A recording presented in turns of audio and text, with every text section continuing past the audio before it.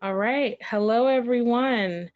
Good afternoon, good evening, depending on where you are located.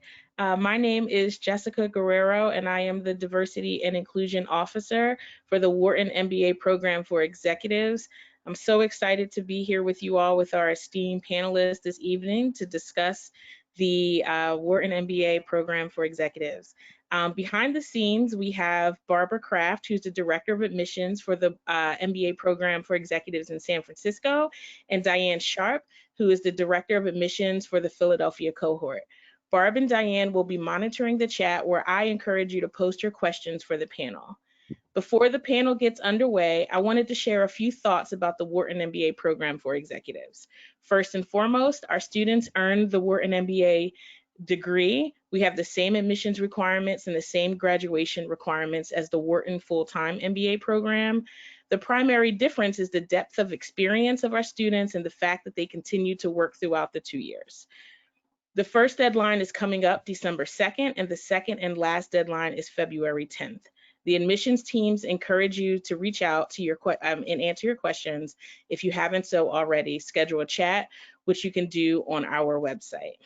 Now I will go ahead and ask our wonderful panelists to introduce themselves. If you could share a little bit about what year you graduated, where you currently reside, what you perhaps do professionally, and a fun fact that you want the audience to know.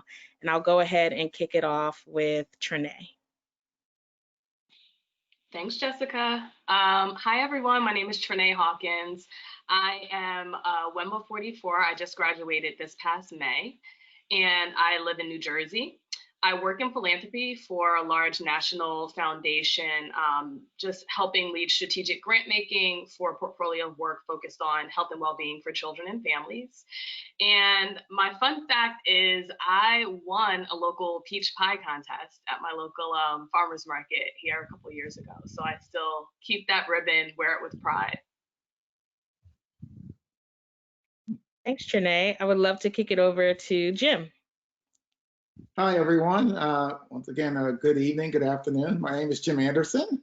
I live in Austin, Texas. I am Wemba 20, so I've been out a little bit from the Wemba program. I currently work at Google. I am a managing director for their cloud business in what we call our South Central region. And I guess my fun fact, or a fun fact, is I was actually born at University of Pennsylvania Hospital. So after 30 years of sort of being out, I went back to Wharton, so where I was born, to go get my MBA. That's awesome, Jim. It was meant to be. Thank you. I'm going to then kick it over to Patty. Hi, everyone. Patty Rakelme here. I am class 41, so that means I graduated in 2017. I currently live in Southern California. I'm in the Long Beach area. And I lead the global retail and consumer goods go-to-market strategy for MuleSoft, which is a product of Salesforce. And if you hear the screaming in the background, it's my 18-month daughter who's having a good time with dad. My fun fact is I taught myself to play the piano just by listening to the keys. I don't play the piano now, but I taught myself how to play it to some classes as an undergrad. That's it. Awesome. Thanks so much, Patty. And I'll also add that if you hear some screaming in the background, it'll be probably one of my 4 children that my husband is wrangling and trying to put to sleep. So we're all in this COVID situation together. Andy, I'm going to kick it over to you. Sure. Hi, everyone. It's good to be here with you guys. Like Jessica said, my name is Andy Diaz. I live in New York City. I am a Wemba 43, so I graduated in 2019. Interestingly enough, I still sometimes, it hasn't really fully sort of like digested that I've graduated, so I've had dreams where I feel like I have a test coming up, or sometimes I sort of think about what classes I'm going to take, even though I'm not taking classes anymore. So I'm still sort of like in a weird nether region in terms of graduation, even though it's been over a year, right? I am a strategy consultant with Strategy and working with financial services firms. And my fun fact is that I was born in Havana, Cuba, and I emigrated to the US as a teenager. That's awesome. Thanks so much for sharing, Andy. We really appreciate you all being here with us tonight and inspiring our audience with your stories and just your journey to the Wharton MBA, which is a great segue to my first question. When you decided to apply, why was it the right time for an MBA? And more specifically, why did you choose Wharton? And anybody can jump in. Well, when I applied, obviously it was a long time ago, but for me, I'd actually been working a number of years in the high-tech arena. And the opportunity to go back to Wharton was really an opportunity for me to really broaden my skill set, become more strategic, and really prepare me for what I thought might be a career of running my own business or something like that. I had many aspirations at that time, but it was really the right time. I thought it was good that I had work experience, so they sort of gave me a grounding in what I liked and didn't like. But interesting enough, going back to Wharton actually expanded my horizon with regards to work and work experience and all that. So I found it to be very positive. So from my perspective, the timing was right. From a career perspective, it was very helpful. That's why I did the Wemba, so I was able to work and apply whatever I was learning right to work. And obviously, it sort of paid off for me long term with regards to my career. So that's what I would suggest. I can go next. So for me, I was getting really restless in my career. I kept, what I refer to as I kept breaking up with my jobs. And it was like, no, no, no, like you're good. Like you were great on paper. You were going to make someone really, really happy. But it's just not me. I'm looking for something else. And so I just kept starting new things and feeling like it's not enough. I wanted more. And so for me, the MBA was really about giving me the opportunity to understand a little bit more about what I don't understand about businesses so that I can pivot, because I had been in sales for many, many years. I loved it. I enjoyed that client relationship. I enjoyed being the CEO of my territory, but there was a lot of things that I didn't get to do from a strategic standpoint. So that was why I did it. Why I chose Wharton is a whole other story. I felt like, okay, if I'm going to disrupt my entire life, I just got married and I was traveling all the time, so I was never home. So my husband basically had like a weekend girlfriend, not a real wife. And I was like, okay, if I'm going to do this, it better be worth it. I'm going to go all in and do the best top tier program that I can do.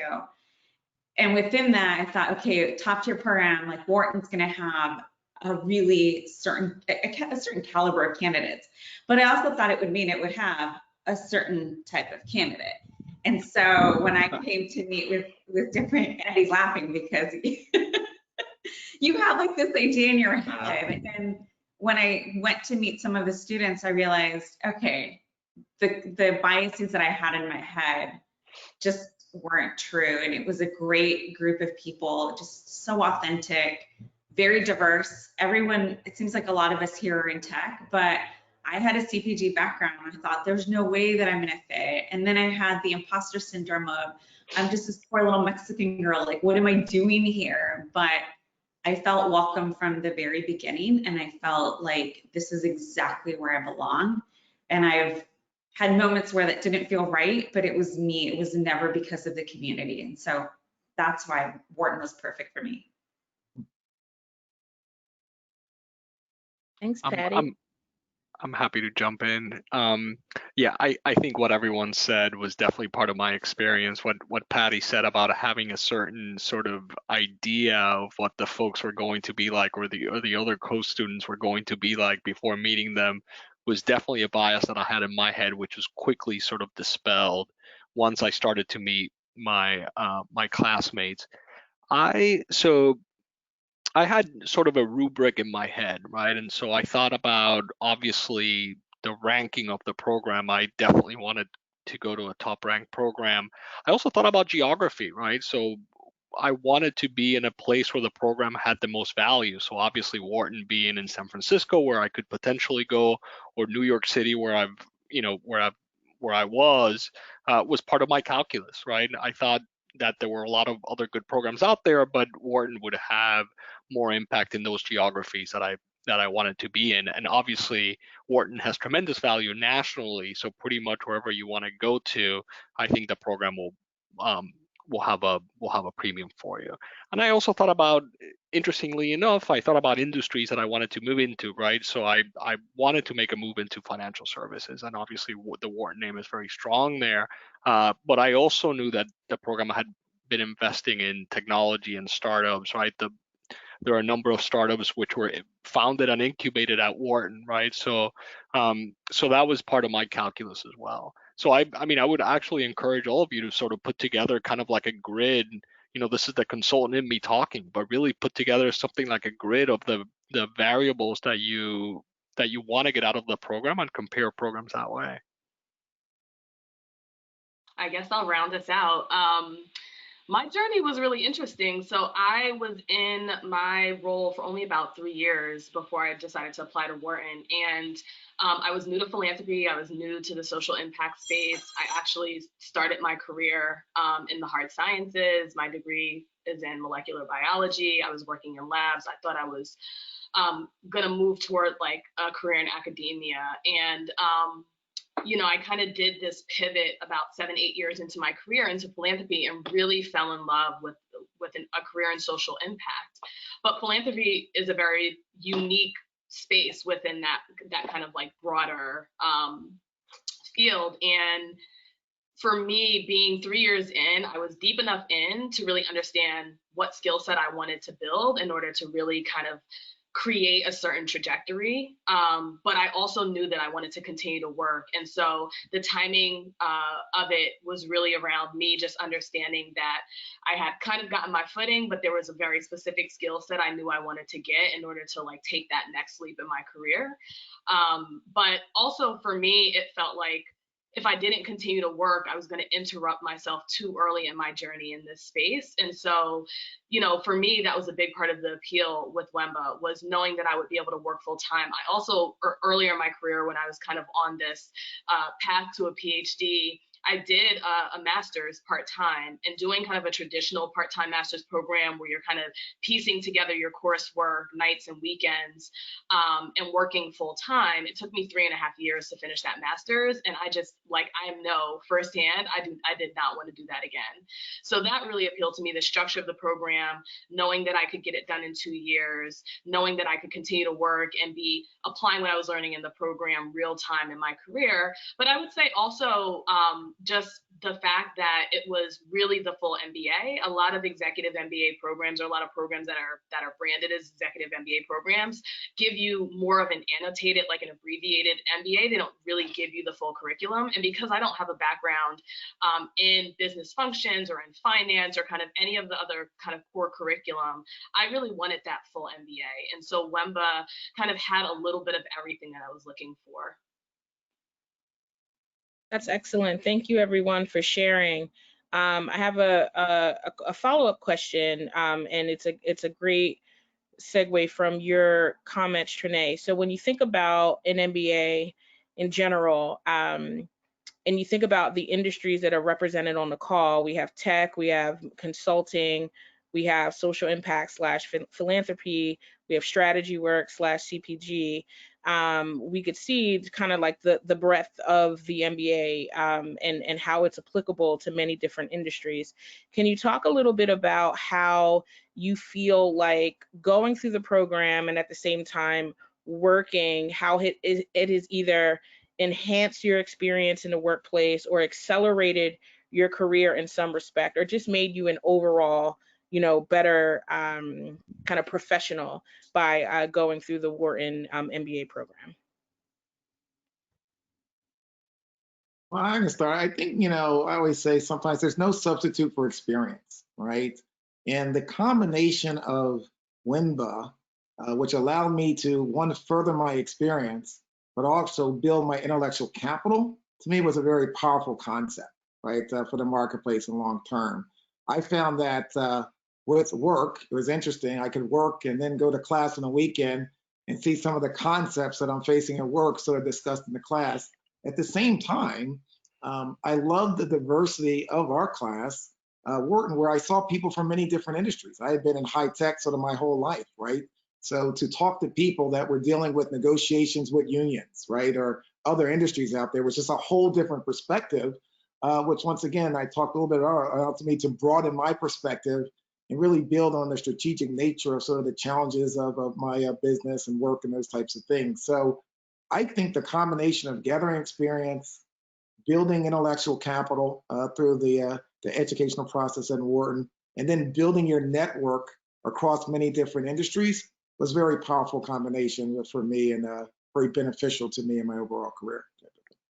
And I contrast that with my thought about originally, hey, let me take off 2 years, go back to school, not work and those types of things. And you sort of contrast that. And I truly believe I came out a lot farther ahead making the decision that I made versus just stopping for 2 years and then coming back into the workforce. Yeah, I think the way that I looked at it, it was almost as, going to Wharton and working full time was like a stretch assignment, right? So see it as like a challenge to yourself.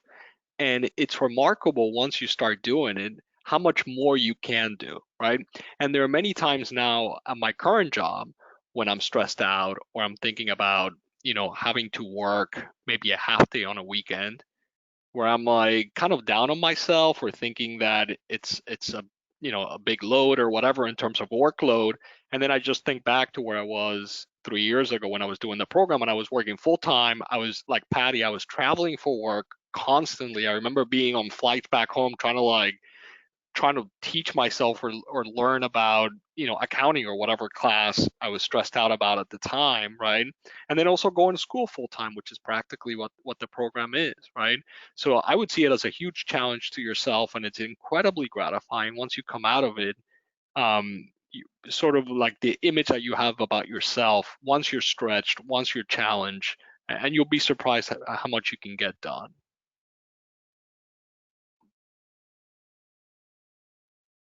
Yeah, I guess I'll jump in. The thing that's really interesting is, coming in, I wasn't sure where I was going to fit, in the mix of the cohort. I knew I didn't work in finance. I agree with both Patty and Andy. It's like you come in with this preconceived notion about what industries folks are going to be coming from, or kind of just even for me, I know because I made a career switch and even really kind of still being in spaces that still function like academia, there's this very like deferential, if you're not at the top of the food chain, you're just kind of like working your way up. And I'm like, man, I don't have a big title and I'm not in tech or I'm not in finance.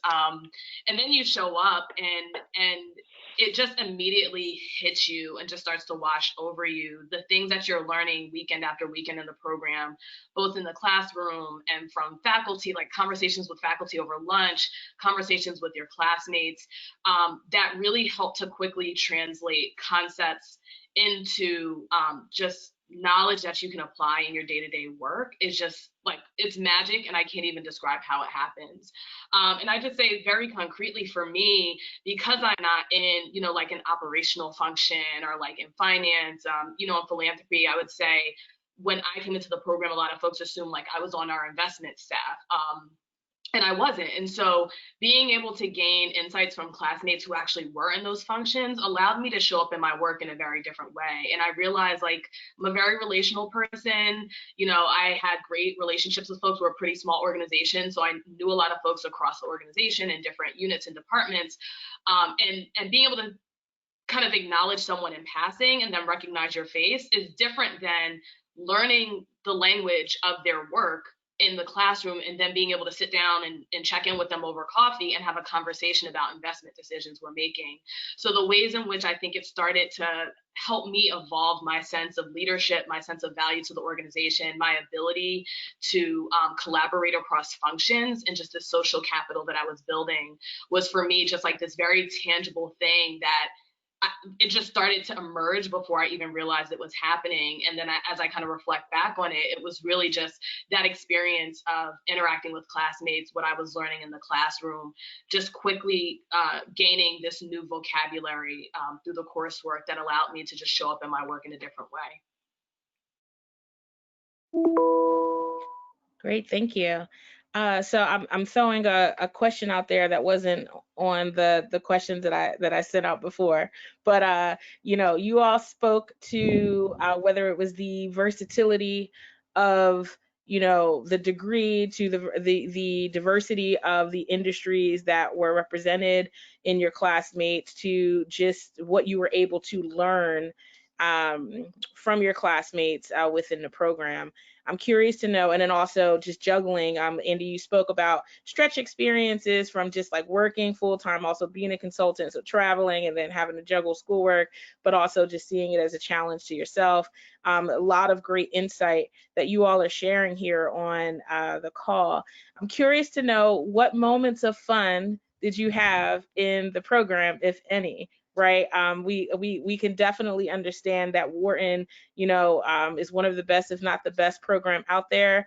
The rigor of the program speaks for itself. And then also juggling many different key priorities can definitely be tax stretching, but taxing. So I'm curious to know, could you share a little bit about those moments that you were able to just, kick back, relax, get to know folks, or just have a little bit of fun in the program?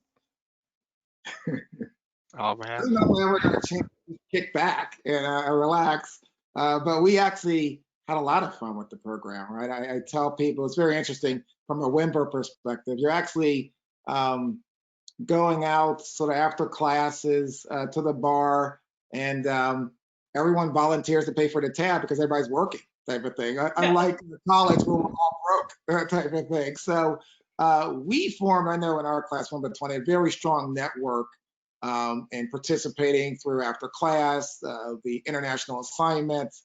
We all became very close. I know we had people from Maryland. I was living in Maryland at the time. We used to take the train up together, have a group, so we have a chance to interact while we're doing our homework or just catching up and those types of things. So I actually thought that that was one of the more beneficial aspects of the program. And I also would say, though, interesting enough, because of the class size, we actually became friends with a lot of professors, right? And so you don't underestimate that, is that, I even leveraged some of them, like Professor Eustine. I brought him out to my team to do seminars on leadership type of thing, right? Brought my team in for seminars on marketing with some of the other professors. So you actually have a much more intimate experience, not just with your classmates, but with the professors. And I found that to be very beneficial. But clearly we had fun because we were all working and able to go out and enjoy whether you want a cheesesteak or a drink or something like that. So it was good. Thanks, Jim. Before we have everyone else answer that question, I just wanted to give an opportunity to welcome our panelist, Alan Mcclinton. Alan, if you can go ahead really quickly and just kind of share a little bit about yourself, what year you graduated, where you currently are located, and what you're doing professionally. Yes. Sorry, I'm running late. Can everybody hear me? Yes. Hey, awesome. So yeah, I got kids in the background, and actually they're part of the story because I started Wharton. I was that first semester Wemba, and what do I decide to do? I started having kids that first semester. But you know what? It was interesting because I wasn't the only one, and so it was many of us Wembas that were having babies all over the place. And so I wasn't alone, as you have those sleepless nights. But anyhow, I'm Alan Mcclinton. I'm here in San Jose. I work at Tesla, working on channel partnerships, and so stoked to join this call. Awesome, Alan. What year are you? What year did you graduate? Yeah, I'm right there with Patty. So good to see you, Patty. Hi. What Wemba were we? I literally can't remember. I had to write it down before I got on the call because I get confused. We were Wemba 41s and we graduated in 2017. It seems like yesterday, and so there it is. Thanks, Alan. We're happy to have you. Awesome. So just to kind of refresh for everyone, our question is, what kind of fun do you have in the Wemba program? As Alan said, everybody was having kids, so that's a lot of fun there. Our class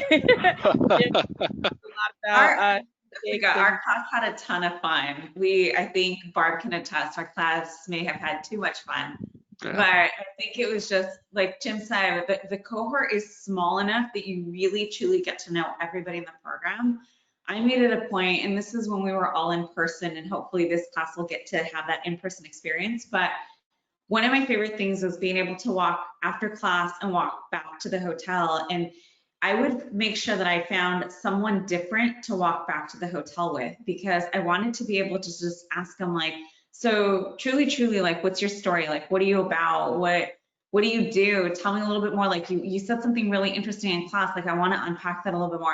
And it was just like a 15-minute walk, but that was just enough time to have like these in-person like coffee chats, right? Like just to get to know them. And so I really liked that. The other thing that we did was we still have a WhatsApp group. It's called FOMO, and we constantly are messaging on there. It was our way of saying like, hey, this is the bar that we ended up at, or hey, we're going to this other place, or hey, we're going to go eat here if anybody wants to join us during the program. But then afterwards, it's just continued to be like where people post baby pictures or like tell each other like, hey, so and so is too shy to say that they got a promotion or they got a new job or they've got this. And I really love that it's still a community that we continue to foster, even if we have like these other conversations in smaller groups. But I chat with my Wemba friends at least several times a week, and it's just to say like, hey, I saw this super article and it reminded me of you, or like, hey, more seriously, like I saw this happening in the industry, like I want your point of view because I respect it. So a lot of fun, probably more fun than I can actually share on this video. Thanks, Patty. I'll go out on a limb and share my too much fun. I will say I'm the proud co-founder of our Gin Club. And just, yeah, to this point that Jim makes, it's a completely different experience when everyone is adults and you're working, and it's like work hard, play hard. You know, you go, you do a full week of work, then a full day of classes Friday, and folks are all in Philly together, and you can just go out and explore the city and have a good time. And if you want to have a really nice dinner, you can go and do a really nice dinner and just kind of like not worry about the tab, right? So being a Jersey girl, I really took advantage of being able to be in the city over the weekends because I'm in middle of nowhere suburbia. That's how you do when you're in Jersey. So just being able to be in the city and explore, kind of have that little like glimmer of city life was really nice. And a lot of classmates come from out of town. So that is something that really appeals to folks, because a lot of folks are like, oh, like you're in this big city, you want to explore, what are the good restaurants, what are the good bars, what are the night spots? So that was great. I would say my other like most memorable set of experiences were all of the international Global Modular Courses and Global Business Week. I went to Argentina for Global Business Week and did a Global Modular course in Israel and a Global Modular course in London. And I traveled a lot before coming into this program, but there is something so different and so magical about just being able to travel together and explore a new city with, you know, this larger group of folks. Some folks, like one of my classmates is, you know, he's from Argentina, his family's from Argentina, and like to just be out in Buenos Aires with him, and he's like a VIP and he speaks Spanish, but they understand like this is a very specific accent. So they're like, oh, you're our boy. Like, and we're like, yeah, we're with him. You know, it's just a really magical experience. And because of the diversity of folks in the program, you know, you can go and just like have this much fuller experience in a way that I just like never imagined. So that the travel was amazing. I'm sorry to say it now, because I know some folks aren't going to be able to do that in the near term, but it's a definitely like unmatched part of the program. Yeah, I mean, just to piggyback on that, in case the point didn't come across, the program is so much fun. It is such a blast. And what was remarkable to me is that everyone you're in class with is incredibly high performing. And what I mean by that is that they're incredibly hardworking. They do really well when it comes to academics, but they also party to an extreme degree. And so there are plenty of opportunities to have fun, and it's such a social smart group. I think something that Patty said is right. So when you start the program, see it as a 2-year time horizon to get to meet some of the most interesting people you're ever going to meet and have this sort of common experience with, right? And so definitely find your group of friends for sure, but also make sure that you get to know a lot of the other folks, right? Don't just kind of like limit yourself to like whatever your 5 closest friends in the program, because it happened to me that I would be on, you know, term 5, and I would have a first conversation with somebody who would blow my mind, right? And I'm like, I can't believe I didn't reach out to this person before. They're so fascinating, right? So definitely try to have as many touches as possible, and the international courses, do as many as you can. I know it's harder for folks with kids, depending on your job, et cetera, but they're so much fun. And then if you can't do the formal courses, then do the informal courses. And what I mean by that is, so for example, I had a classmate who lived in Moscow, and he commuted from Moscow into Philadelphia every other week. And he organized what we called it an informal global modular course, right? So he organized a trip to Moscow for us. So just like Trinae did in Buenos Aires, we did it in Moscow. So how cool was it to go around Moscow with this native, introducing us to, all his people there, taking us to like all the hottest restaurants, and just seeing a place that is so different, right?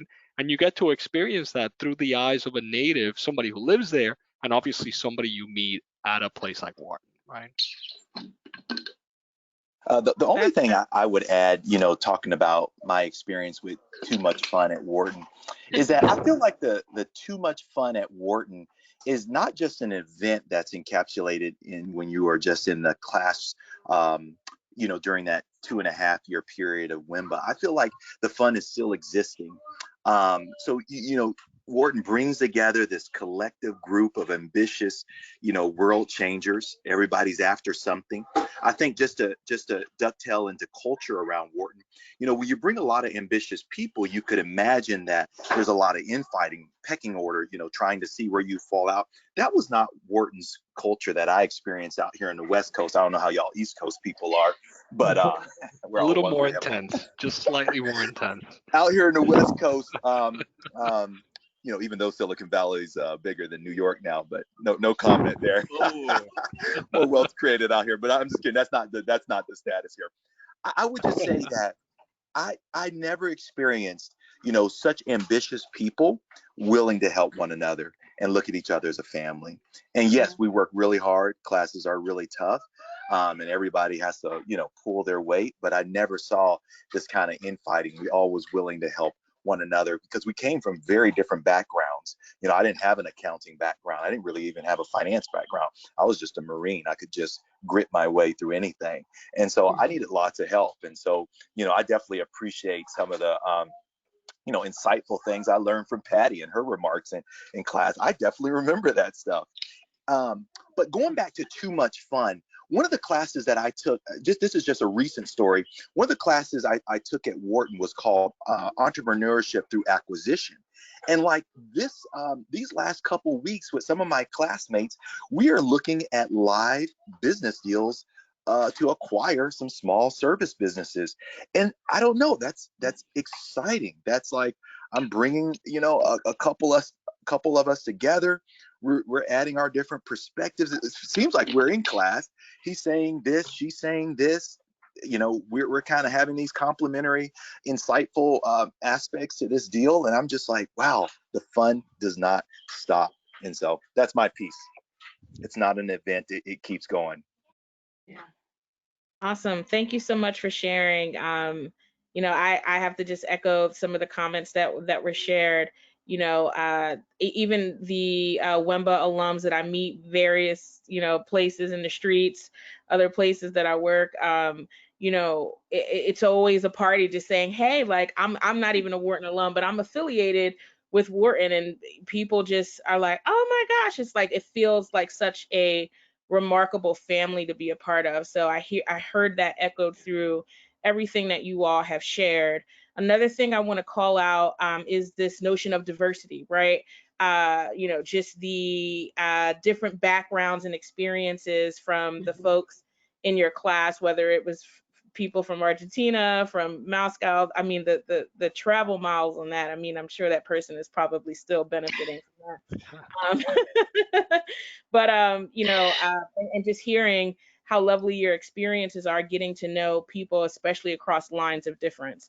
Understanding that this is a diversity and inclusion panel, I'm curious to hear from you all about just specifically going through the program as a person representing an underrepresented community. And for those who are in attendance who may not necessarily know what that term means, here in the United States, anyone who identifies as Black or African American, Latinx or Hispanic, Native American or American Indian are considered people from underrepresented communities. So with that being said, I'm curious to know, can you talk a little bit about your experience at Wemba and how that may have impacted you, if in any way, and if you wanted to share your thoughts about your experience in the program from that lens?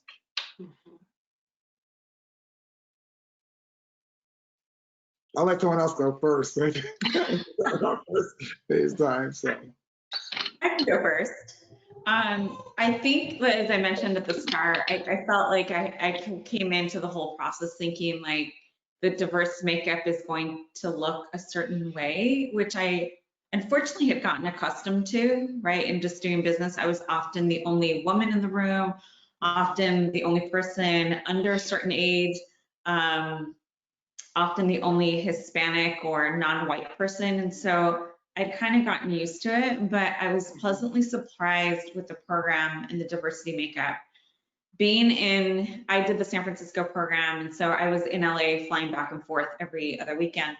And it's interesting because the diversity makeup there was predominantly Indian, and not what I expected at all. But it was interesting to me because that was what was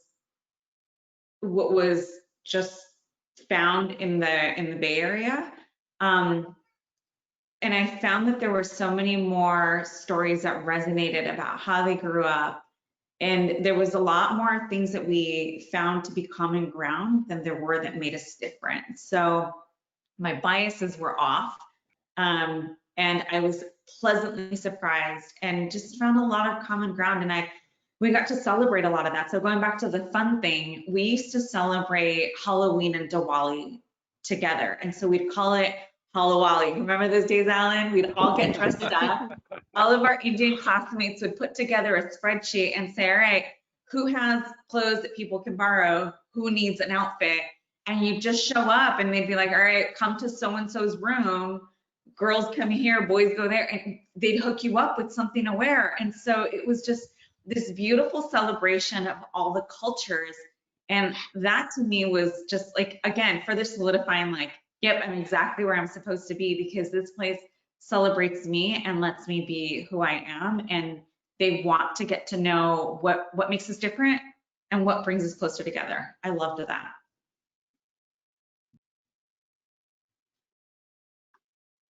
I think one of the things about sort of diversity, at least my experience, is one of the keys is creating an environment of inclusion, right? Where, once again, we all believe that we have equal opportunity and equal ability to contribute and make a difference. And I would just say that, interesting enough, the Wharton Wemba experience, we all kind of all seemed as a family, right? So because of that, right, you didn't necessarily worry about as much biases or anything like that. We were all in this together, type of thing, right? And I thought the environment, yes, it was diverse. Diversity comes in many dimensions for people like myself.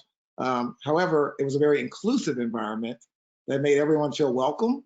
And I think that's the really key aspect of it, that we all felt that each of us was here to achieve success. Believe it or not, it wasn't like a competitive environment in a sense of, hey, I gotta get better grades than you or all those types of things.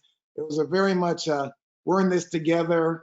We want to learn from each other. We appreciate the differences. We would go out and discuss and appreciate the differences. So that, as you said, Patty, leverage that and sort of had our own community there, type of thing, right? So I think, to me, that's sort of the key foundational thing with regards to creating a diverse environment. And Wemba, in general, seemed to accelerate at that, at least with the group we had and the experience I went through. Yeah, I just want to echo that. I think similar to Patty, I've had lots of experiences, academic and career experiences, where I was the only woman, I was the only person of color, and you kind of, I think, start to get used to ways in which you can still show up and you can still kind of, you know, build relationships with folks and be well respected, but there are elements to how you kind of contort yourself or only show up in with a certain version of yourself in order to assimilate and like map onto culture, right? So like what we talk about organizational fit and how folks kind of show up in order to just really map well into the organizational context. And something I was probably most pleasantly surprised by in Wharton is pretty quickly I got signals from my classmates that I could show up in the fullest sense of myself. So like I said, Jersey girl through and through. So bringing big Jersey energy every weekend. And just like me and my husband met collecting sneakers, right? So I'm not the one that's going to show up with like tailored jeans and a blazer and like loafers. I'm going to show up with like Jordan 6s and like a sweatshirt and like, you know, a really nice like pea coat and just like a whole fit. But just like knowing that I could show up and like no matter what I was wearing, no matter how my hair is styled, no matter how I express myself, no matter kind of what industry I work in, I think coming from a nonprofit perspective, I was very like unsure of what I would be able to bring into the classroom setting. All of those things were things that like my classmates very quickly signaled to me that all of those things that I felt were different and in some spaces made me feel like an outlier were things that made me valuable to our cohort and things that were valuable in our shared experience together. So I agree 100% with this point about, you know, inclusion and the Wemba program really being an inclusive environment where you can show up as your full self and really be actively expanding your sense of what your full self is and defining for yourself, how do I show up as a leader? How do I show up as a team player? How do I show up in a way that feels really authentic, that isn't just about how I've learned to show up in a particular, you know, professional context where I'm only allowed to give this portion of myself. Yeah, the one thing I would add to that is that, you know, Diane and everyone else in the program, they do a really good job of creating an incredibly diverse space, right? And then I think something that Jim mentioned and Trinae as well, also an incredibly inclusive space. And those are slightly different, but I think everyone feels like they can show up. And I'll be blunt and I'll go back to the biases that I had before learning more about the program, right? I thought Wharton was a place full of guys named Chad who worked at Morgan Stanley, right? And it's not. They do such a good job of. We had a few of those, right? Really? Like I don't think we had a Chad. We didn't have a Chad, but we had some of those. They do exist. Yeah. Chad likes, yeah. Yeah, and so they do such a good job of creating a patchwork of people with different backgrounds, you know, people like me who are immigrants, people from like African American communities, like, you know, Latino Americans who were born here but who are part of the Latino community. And then an international community too that's really strong. Like I said, in my program, we have people commuting from places like Moscow and other places. It was incredible. They were commuting to Philadelphia internationally. So the diversity is really so strong. And then I think everyone felt like they could be themselves, right? Everyone felt like they could reveal their fullest identity and say, this is what I'm into, this is what I'm passionate about, this is what I want to do.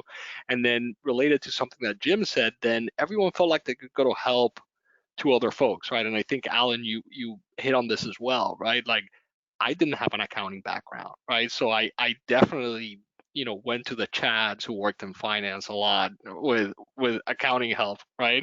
And they were incredibly supportive, right? So I think that those two things go hand in hand, the diversity and inclusion piece, and I think, you know, this is really a testament to the good work of the people who, you know, handle admissions and really cobble together our classes. They do such a good job of putting together a diverse group of people who are intellectually curious, but also very inclusive and very welcoming of others of different backgrounds, right? And yeah, Andy, so well said. And the only I would add to that, just I think the professors also tease out the diversity, the ethnic diversity in the topics of their classes. I mean, you not only could bring your whole self, but I felt like, teachers in, you know, from, you know, when we were doing, financial analysis would just kind of talk about the more macro issues around that and what really are the key levers in creating value in a company. But we would come at it from a perspective and try to tease out, like, what does that look like in your culture? What does that look like in your community?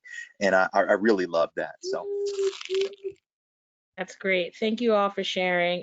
So I recognize that we have about 14 minutes left in tonight's event.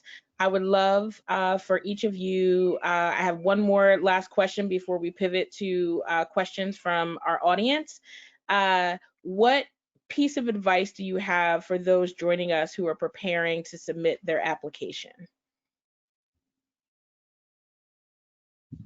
I want to jump in first because I'm scared someone's going to say mine is quick. My piece of advice is, like, if you're thinking about applying, just apply. My boss at the time that I applied to Wemba had become a really trusted mentor and friend. And so I shared with her that I was considering applying. Of course, getting a signed letter from your employer is part of the application. So I knew I was going to have to broach the topic anyway. But I think even early on, I raised it with her, and she essentially just said to me, like, so are you going to be the reason that you don't get in, or are you going to let them tell you whether or not you got in, right? Yeah. And I think, data point after data point, report after report shows that women in particular, and folks of color, and particularly folks of color in the United States who are from communities that are underrepresented in these types of programs, tend to set a bar that's much higher for themselves in terms of assuming, what sets of experiences or what qualifications they need in order to actually get into the thing. Yeah. And so a lot of times you kind of take yourself out of the running before you even, give yourself a chance. And honestly, even for folks I spoke to who maybe applied and actually didn't get in their first time, you learn so much from the application process. And so I would say, if you're thinking about it, just go for it. Yeah. Start the conversations, start talking to folks in admissions, apply as soon as you can. And again, don't say no, don't discount yourself, right? So go to them, tell them you're interested, right? Like, they'll work with you. They'll look at your background, they'll look at your application, they'll tell you what to highlight, right? If you're telling yourself no, you're already, giving the other person not the opportunity to tell you yes, right? So start the process and do it as soon as possible. Don't look at, don't sort of stress out if your GMAT is something that you feel is not good enough, or if you're, if you think you don't have enough experience. Don't let those things discount you. So start having those conversations with the folks at Wharton. I would say that hopefully you get a sense from tonight. The Wharton experience is all about the unique set of people that they bring into the environment, so as a group. And so I would say that as you go through a process, first, definitely start it.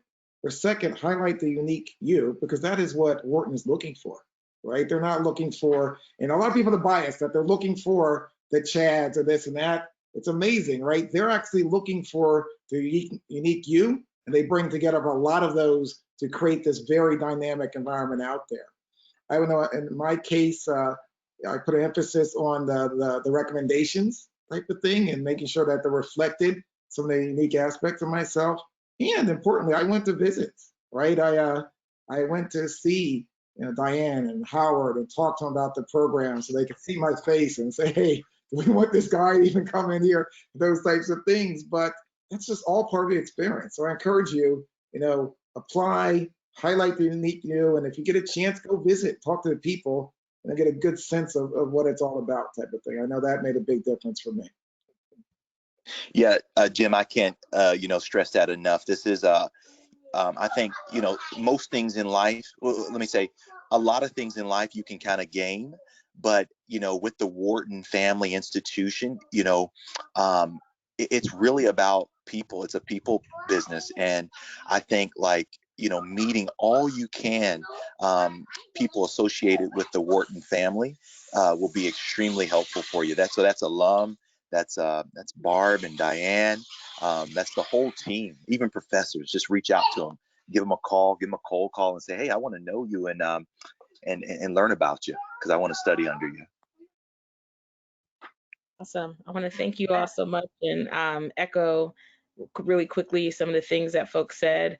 Wharton, by far, I think, is the most open and receptive community I've seen to people wanting to be a part of the community. So I can't stress this enough to reach out to the directors of admission. You can reach out to me, ask your questions. To alums, you can just go on LinkedIn and Google Wharton Executive MBA and look at all the people that pop up. If you want to look at for folks who are in certain industries that you're in, and just, you know, send a message, and, you know, 9 times out of 10, you will get a response, right? People want to support your journey to Wharton, so don't be shy in, you know, reaching out and getting some support, getting your questions asked. And just to echo, you know, Trene's comments, you know, don't self-select yourself out, right? Allow us to be the judge of whether this is the right time or not for you, but don't, you know, what do they say? You miss 100% of the shots you don't take.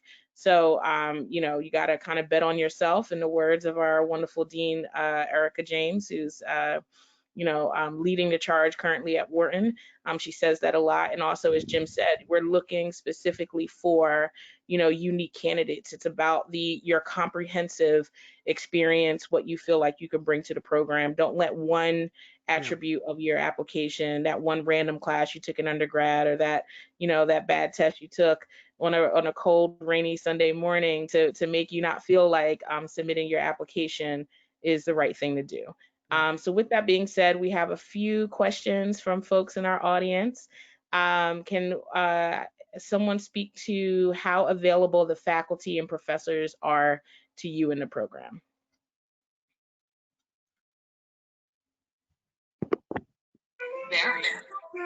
Yeah, I would say even nowadays, extremely available. I mean, I would even say some of the most well-known ones, Adam Grant. Well, I haven't tried to reach out to him, but I have some colleagues who have, and yeah, they get a personal meeting with him, and yeah, so I would say, yeah, very accessible. Yeah, even now I hit up professors for advice with like project client questions, and they're responsive, and they're not getting any money from me anymore. So I would say incredibly available. Yeah. I would say professors hit us up. They try to get in on us. I've had quite a few professors. Man, I forgot the name of the professor who's the operations professor that all of us take. What's his name? Is it Turwish? Maybe Turwish is on the East Coast. So Nicholas? Yes, that one. Yes, yeah, that hit me up about Tesla, things going on about, you know, how Tesla scales and stuff. So professors actually, you know, reach out to us quite a bit. Well, I think that's part of the difference, right? Like Jim said, like they're available, like they're all in the weekend program with you, so they're staying at the hotel, like they're accessible. But I think the added benefit in this virtual world is they want to learn from us just as much as we want to learn from them. Think about the full-time students, like they're not working, right? So, and their years of experience are so limited. And so we are mutually beneficial to the professors. So they are absolutely available. They want to learn. Awesome. Thank you. Going off what Patty said, I just want to, I just remember a good moments in class is that in the Wemba, kind of in comparison to full-time program, man, I saw some really kind of heated arguments between professors and that of students, because students come with real world experiences. And I love that those bumping heads. I learned from that, you know, because yeah, Patty, you came from a great background, you know, running ops and marketing. And so, yes, I remember those classes. I thought you were going to call me out for something I said. I was like, well, probably deserve it. I probably did say something. All good, Patty. That's awesome. Thank you so much for sharing. Our next question has to do with today's socio-political climate and courageous conversations. Has anyone had the opportunity to engage in their classmates around difficult topics around our nation, the elections, Black Lives Matter, anything like that? And if so, can you speak to it? I am happy to jump in on this one. Yeah, I think the interesting thing about my experience is because we wrapped up in May, our last term and the end of our experience with Wemba was really characterized by kind of being thrown headfirst into the current crisis with COVID and just a lot of uncertainty. Similar to what Patty described, we have a group chat. And so folks were constantly kind of bringing up different topics. What is your organization doing? Are you guys closed? Are you having to come in? What are folks doing with their kids? And then graduation mid-May, and then George Floyd. And the interesting thing is something else that really surprised me in a really beautiful way is I had classmates reach out to me directly to say, like, are you okay? I don't actually know how to support you, but I know to reach out to you. Like, I know you have spoken about your experience as a Black woman, having a Black husband, having a Black father and brother, like that feeling of fear that's founded in reality that they can leave the house and not come home one day. And having classmates reach out and say, I want to be here to support you, and then to follow up and be kind of actively engaging in conversation about things like, you know, there is only one person of color on our, you know, senior staff, and I don't want that person to be burdened by a set of requests about what we should be doing, you know, as an organization. Do you have any resources you recommend I look into, consultants you've worked with, you know, other things like that. And I've been really heartened by the ways in which we've supported each other. I mean, I think a lot of women and a lot of folks of color in this context have almost newly, even if you experience kind of day in and day out the feeling of being underrepresented in your industry or in your organization, if you're not in an EDI role in your organization, it feels like it hits you out of left field to get requests from, you know, any team or any individual within your organization. But if you're in a position of leadership, that's what a lot of folks of color and women and other kind of folks from other underrepresented backgrounds got in the aftermath of kind of all that unfolded at the beginning of the summer. So I think that support that we gave each other through classes, through different kind of experiences in our businesses, folks really reached out to each other to figure out, like, how do we support each other? How do we share resources? How do we lean into our leadership to actually influence the steps that our organizations are taking in response to a lot of what's going on? Awesome. Thank you so much for that, Trinae.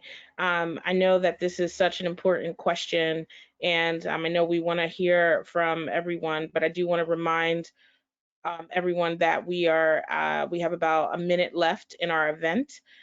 So I would love this opportunity to go ahead and close out our event, but if you have any follow-up questions, you could feel free to reach out to me, other people at the Wemba team, and our panelists, who I'm sure would be happy to engage with you through various social media platforms to answer your questions and support your candidacy. So I want to thank everyone so much for coming out this afternoon and this evening to hear a little bit about our wonderful panelists and Wemba alums, about their experience in the program.